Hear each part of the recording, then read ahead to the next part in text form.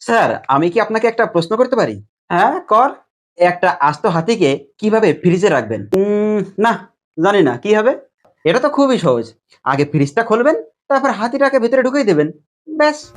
আরেকটা প্রশ্ন। কি? একটা গাধাকে কিভাবে ফ্রিজের ভিতরে রাখবেন? খুব সহজ। ফ্রিজটাকে খুলবো, তারপর গাধাটাকে ঢুকিয়ে দেব। উহু, হয়নি। আগে হাতিটাকে বের করতে হবে, তারপর গাধাটাকে ঢুকাতে হবে। ওহ!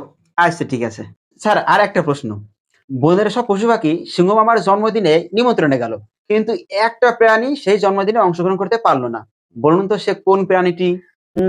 মনে হয় সেটা বাঘ। কারণ বাঘ একজন আরেকজনকে দেখতে পারে না। না স্যার, আর একটা শেষ প্রশ্ন, একটা জাস্ট। আচ্ছা, ঠিক আছে। অসংখ্য কুমির ভর্তি নদী, কিন্তু আপনাকে পার হতে হবে। কিভাবে?